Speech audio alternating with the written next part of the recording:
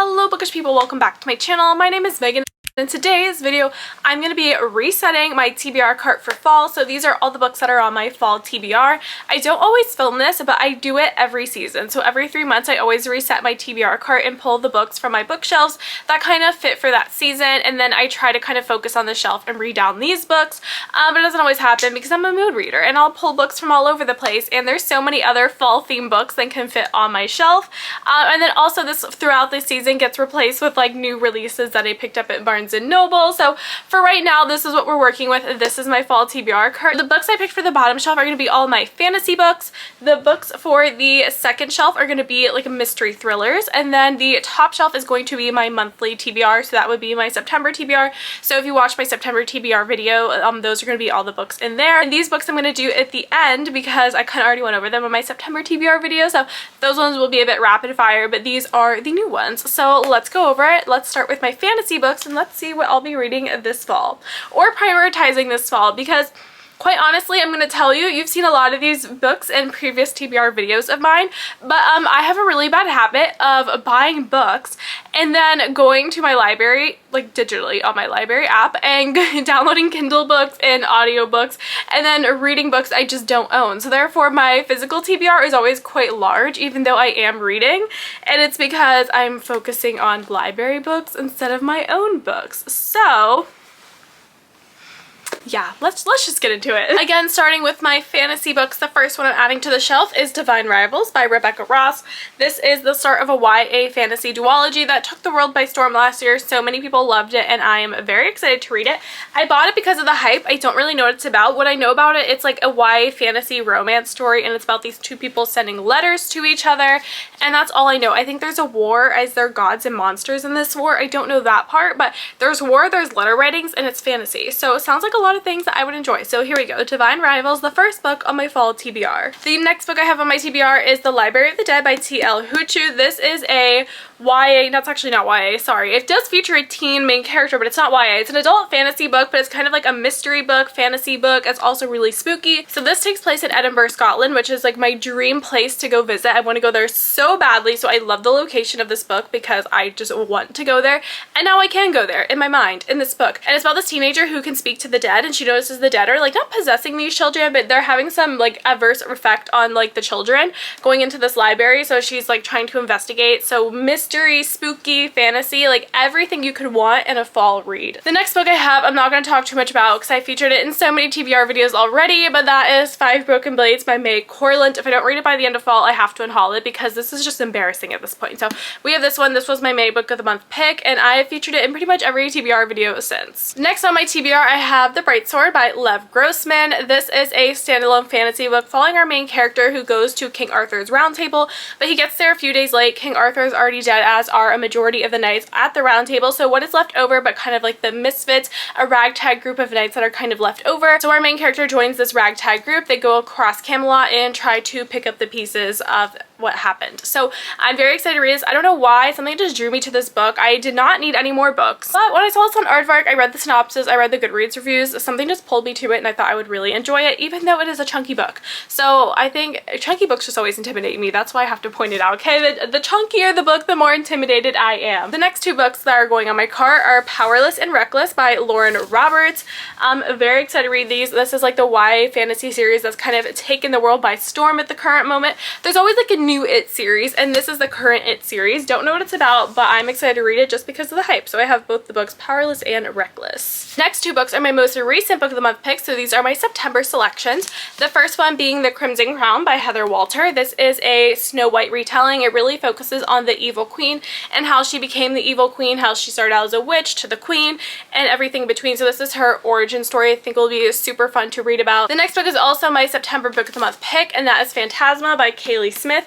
This is a dark fantasy romance, and this really reminded me, the synopsis reminded me of The Serpent and the Wings of Night by Chrissa Broadbent, because in this book you're following our main character and she enters this like deadly trials where she's like competing against other people. I forgot what the prize is, but she's competing against other people. It's a deadly trial, so she meets a guy in the games and she falls in love with him. Sounds very much like the Chrissa Broadbent duology, so I'm very excited to read this one because it's giving me similar vibes, and I loved that book by Chrissa Broadbent. One, because of the plot, two, because Chrissa Melissa Broadbent is just an amazing writer, and I rated it 5 stars. So hopefully Kaylee Smith does this plot some justice. The next book I have is This Ravenous Fate by Haley Dennings. What drew me to this book? Let me just give you the keywords that drew me into this book. 1920s sapphic vampires, YA fantasy, romance. So yeah, romance, fantasy, sapphic vampires, 1920s. That's it. That's it. I don't know what this is about outside of that, but it sounds really fun. I have a lot of vampire books on my TBR that I've been kind of saving for fall time, so I'm very excited because fall time is just going to be like a vampire readathon for me because I have a lot on my TBR that I just kind of want to binge read. So this is one of them with This Ravenous Fate, and this is a recent purchase of mine, which is why it's on my TBR cart, and my other ones are not. And the last book that is going on the bottom of my shelf is A Conjuring of Light by V.E. Schwab. This is the last book in the Darker Shade of Magic trilogy.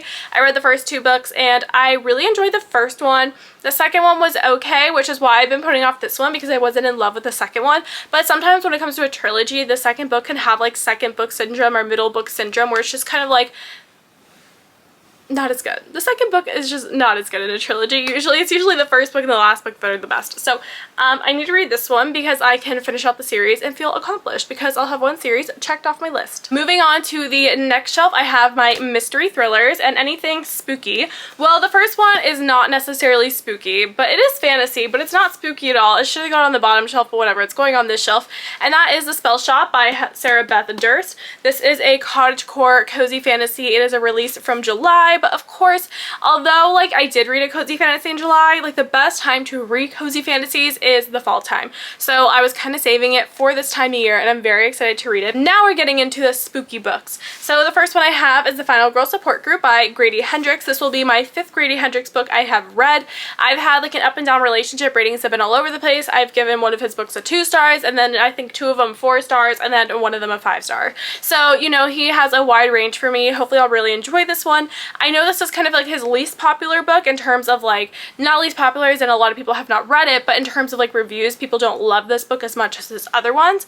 But I'm somebody who likes Survive the Night by Riley Sager, and that is probably one of Riley Sager's like least popular books, so I have hopes, you know, I have hopes that I'll like this one. As long as I'm entertained, I'll like the book. The next book on my TBR is probably one of the books on my whole entire bookshelves all over the place that I am most intimidated by, and that is Babel by R.F. Kuang. One, it's really big, but also just like the way people reviewed this book, I'm like, am I gonna be smart enough for this book? But you know what? I shouldn't doubt myself. I just have to go into it, and if I get bored, I could just put it down. Like, don't have a fear of boredom. Don't have a fear of not being smart enough for a certain book or concepts going over your head. Just do it, just read it, and enjoy yourself and have confidence in yourself. I read Yellowface by her. I really enjoyed it. I rated it 5 stars. Everyone says that is so different from her other works. Obviously, that is more of a contemporary book. This is a fantasy book, so we'll have to see how much I love this one, and I am doing it this fall. The next book I have is another dark academia book, and that is The Secret History by Donna Tartt.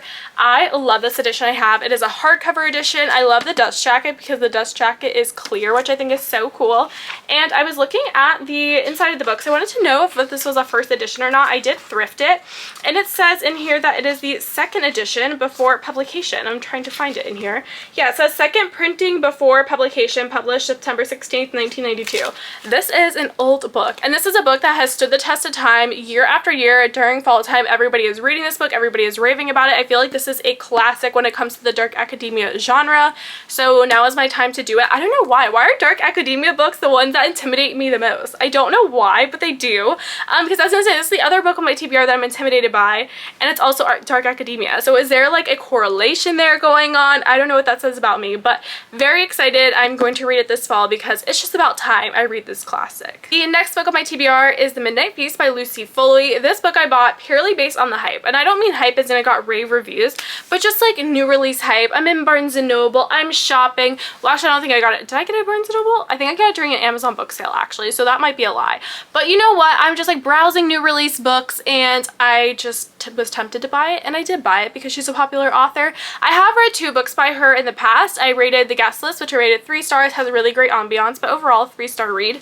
and the Paris Apartment, which I really did not enjoy, and I rated it 2 stars. So I'm very excited to read this one and see where it lands for me. But yeah, I don't have a good reason for why I bought it. I just bought it. The next book I have is How to Solve Your Own Murder by Kristen Perrin. This is a historical mystery. It's about this girl who I think a sidekick tells her she's gonna get murdered, so she starts researching her own murder, and then she actually does get murdered. So it's like her friend going through the girl's research to be like, okay, who did this, and trying to solve it. I love the idea of historical mysteries, but I've never actually read an historical mystery, but I love the idea of them. I feel like they're so fun. I feel like they're cozy. I don't know why a historical mystery also goes hand in hand with cozy for me, which also goes hand in hand with fall for me. So perfect time of year to read this, and very excited. The next book I have is another cozy mystery, and that is Vera Wong's Unsolicited Advice from Murderers by Jessie Q. Sutanto. She is a writer that I absolutely love. I've read 3 of her books before. They've all gotten 4 stars and above. I read Dial 8 for Aunties, 4 Aunties and a Wedding, and I forgot what the name of it was. Oh, well, that was Unexpected, her YA romance book, which was also so cute. This is, again, a cozy mystery following an older character, Vera Wong. And I think, oh yeah, somebody dies in her tea shop, and she just takes it upon herself to investigate this murder and figure out what happens. So I think it should be really fun, and I think there's a sequel to this coming out, so that means I need to read this one so I can then read the sequel. And I'm already planning on reading the sequel because I have no doubt in my mind that I will love that book. That just fell. The next book I have is The Housemaid's Secret by Frida McFadden. I got this at Goodwill for $1.99. So this book I have been putting off. I read The Housemaid by Frida McFadden. I really enjoyed it. I rated it 4 stars, but I've been putting this off because I'm not sure how I feel about a sequel to a mystery thriller. When it comes to cozy mysteries, it's a different story, right? Because I feel like those are expected to be a series. But when it comes to a mystery thriller, I don't know how I'm gonna feel about a sequel. I guess because after the first book, it's where's the suspense gonna be in this book, you know what I mean?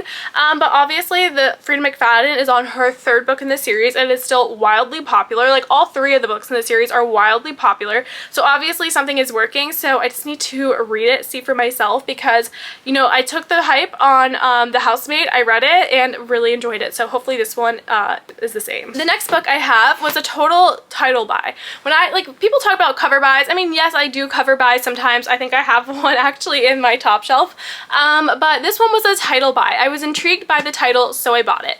And that is I Was a Teenage Slasher by Stephen Graham Jones. I don't know what it's about, solely bought it based on the title. So there we go. Next book I have, Murder Row by Simone St. James. I've talked about this a bunch of times. I love Simone St. James. Sundown Motel, 5-star read. The Book of Cold Cases, a 5-star read. I expect this to be a 5-star read as well. Next book I have is Bride by Ellie Hazelwood. I bought this in February, but this just feels like a fall book because, fantasy, romance, it just all goes with the fall themes, right? It has werewolves in it, makes me think of Twilight, makes me think of fall time. So we have Bride by Ellie Hazelwood. Don't know what it's about, but I know I'm excited to read it. I read her other new release this year, Not in Love, and I wasn't a huge fan of that, so hopefully she can redeem herself with her 2024 releases with this one. Next book, The Eyes Are the Best Part by Monica Kim. The reason I want to read this book is really just based on the fact that it reminds me of Mayfly. I read Mayfly by CJ Lead, was it earlier this year or was it last year? I don't remember. But I really enjoyed that book a lot. This has a similar cover. It's also about a female serial killer, so I was drawn to it, and that's really why I bought it. And it's also blurred by CJ Lead, the author of Mayfly. So there we go. That's why I got the book. And the last book that is going on this shelf is Bless Your Heart by Lindy Ryan. This is a vampire story that takes place in the South. I don't know if it's historical or contemporary. Oh, 1999, Southeast Texas. Okay, there we go. And it is about vampires, which I just have so many vampire books on my TBR right now. Now I'm going to be going over my top shelf, which is my September TBR, which I already featured in a video, so I'm going to go more rapid fire on this one because I've already talked about these books, but let's go through them really quickly. The first one I have is Every Time I Go on Vacation, Someone Dies by Catherine Mack. This is a cozy mystery about traveling Europe, and it features authors, writers, and honestly, I kind of daydream sometimes about being an author or a writer, so there we go. We love that. So there we go. Every Time I Go on Vacation, Someone Dies. Next book I have is Just Another Missing Person by Gillian McAllister. I really enjoyed her book, Wrong Place, Wrong Time, so I feel like I'll really enjoy this one as well. It was a book of the month pick back, and I don't know when this came out, but I'll probably be listening to this via audio because the audiobook is on Hoopla. The top shelf keeps falling, so we're just gonna let it be. We're just gonna let it fall until I have enough books to fill it up.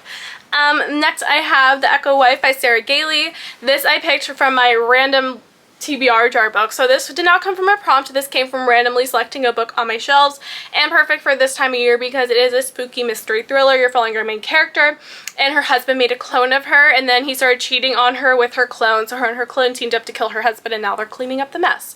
It sounds like I know the whole plot already, but that's all that's in the synopsis, which is sometimes why I don't like to read synopsises, okay? I feel like they give away too much.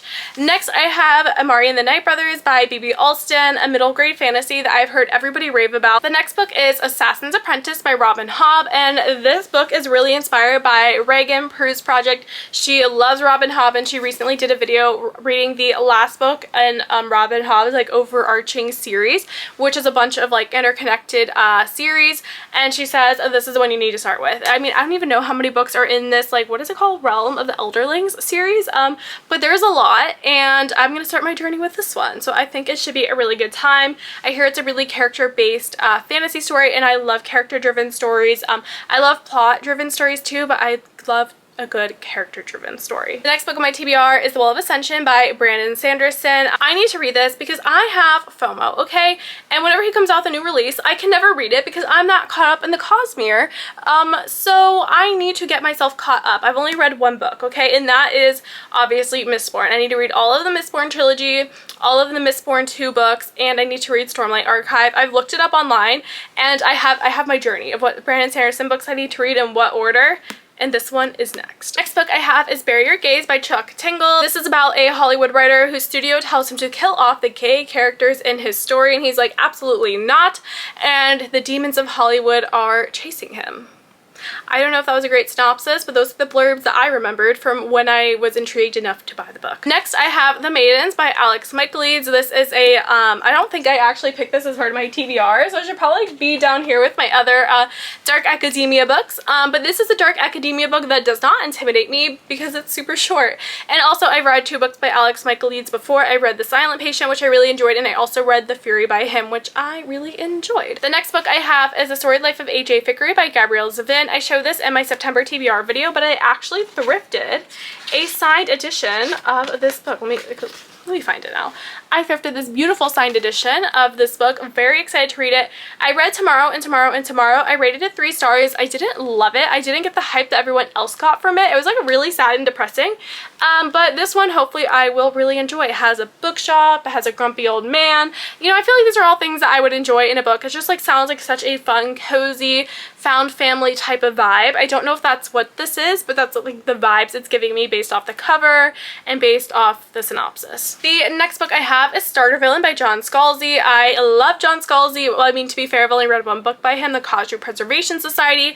Loved and rated it 5 stars. Time to read his most recent release. I read some sci-fi, but I feel like I wouldn't call myself a sci-fi girly, but John Scalzi has me interested in the genre. So, you know, I'm very excited to read this one and continue my sci-fi journey to see if I'm truly a sci-fi girly or not. Next book I have is The Pumpkin Spice Cafe by Lori Gilmer. I don't believe I picked this for my TBR, but I put it up here anyway because I want to read it. The next book I have is Foxglove by Adeline Grace.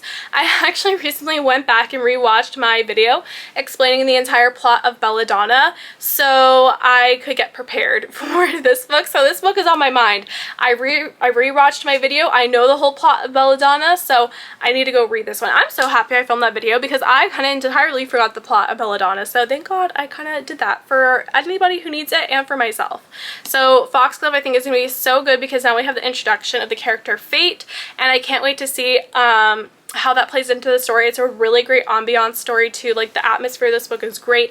I love the magic system. I love the 2 main characters. They very much give me Addie and Luke vibes, but a YA fantasy version vibe of it, and I think it'll be a really fun read. And for reference, I rated Belladonna 5 stars. And the very last book to complete my TBR is Clown in a Cornfield by Adam Caesar. This is a YA horror, a teen slasher, and I don't really know anything outside of that. I'm just gonna go in blind, see what's going on. Obviously, it's about a clown. It takes place in the Midwest because there's cornfields, and it's a slasher, so it sounds perfect for the fall time. So there we go. I have that book as well. And those are all the books on my fall TBR. I hope you guys enjoyed this video. The TBR cart is set, and now get ready for a bunch of fall reading vlogs where I read down this TBR cart and shrink my physical TBR. Thank you guys so much for watching, and I will see you guys in the next one. Bye! It was a long time from where we started.